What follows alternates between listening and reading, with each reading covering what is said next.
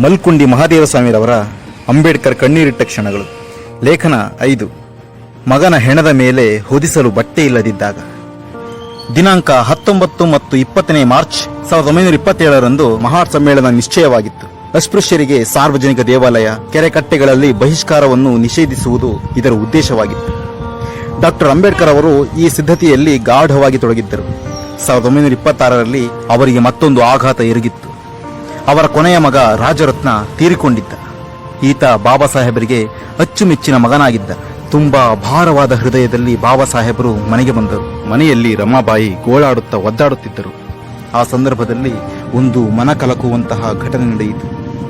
ಅಕ್ಕಪಕ್ಕದ ಮನೆಯವರು ಬಂದು ರಮಾಬಾಯಿಗೆ ಸಾಂತ್ವನ ಹೇಳಿ ಶವ ಸಂಸ್ಕಾರಕ್ಕೆ ಸಿದ್ಧತೆ ನಡೆಸುವಾಗ ಬಾಬಾ ಸಾಹೇಬರ ಬಳಿ ಬಂದು ಮಗುವಿನ ಪಾರ್ಥಿವ ಶರೀರದ ಮೇಲೆ ಬಟ್ಟೆಯನ್ನು ಹೊದಿಸಲು ಹೊಸ ಬಟ್ಟೆಯನ್ನು ತರಲು ಹಣ ಕೇಳಿದರು. ಬಾಬಾ ಸಾಹೇಬರ ಬಳಿ ಅಷ್ಟೊಂದು ಹಣವಿಲ್ಲದೆ ವಿಚಲಿತರಾಗಿ ಒದ್ದಾಡುತ್ತಿದ್ದರು.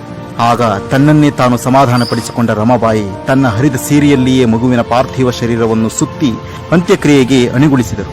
ಈ ಪ್ರಸಂಗವನ್ನು ಓದಲಿಕ್ಕೆ ಮತ್ತು ಬರೆಯಲಿಕ್ಕೆ ನಮಗೆ ನರನಾಡಿಗಳ ಚಲನೆ ತಪ್ಪಿ ದುಃಖ ಉಮ್ಮಳಿಸಿ ಬರಬಹುದು. ಈ ತರಹದ ಘಟನೆಗಳನ್ನು ಕೇಳಿದಾಗ ನಾವು ಭಾವುಕರಾಗಬಹುದು.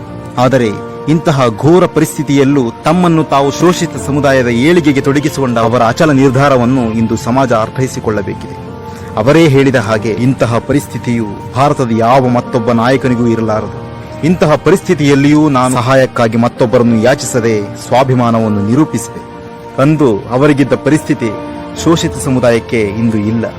ಅವರ ಶ್ರಮದ ಋಣದಿಂದ ಇಂದು ಪ್ರತಿಯೊಬ್ಬರು ಶೋಷಣೆಯಿಂದ, ಕಡುಬಡತನದಿಂದ ಚೇತರಿಸಿಕೊಳ್ಳುವುದು ಮುಖ್ಯವಲ್ಲ. ಚೇತರಿಸಿಕೊಳ್ಳುವ ಸಂದರ್ಭದಲ್ಲಿ ಸ್ವಾಭಿಮಾನವನ್ನು ಹೆಚ್ಚಿಸಿಕೊಳ್ಳುವ ಮನಸ್ಥಿತಿ ನಿರ್ಮಾಣವಾಗಬೇಕು. ಆರ್ಥಿಕ ಸ್ವಾವಲಂಬನೆ, ಸ್ವಾಭಿಮಾನದ ಸ್ಥಿರತೆಯನ್ನು ಶೋಷಿತ ಸಮುದಾಯಗಳು ಕಾಪಾಡಿಕೊಂಡಾಗ ಮಾತ್ರ ಬದುಕು ಚೇತರಿಸಿಕೊಳ್ಳುತ್ತದೆ.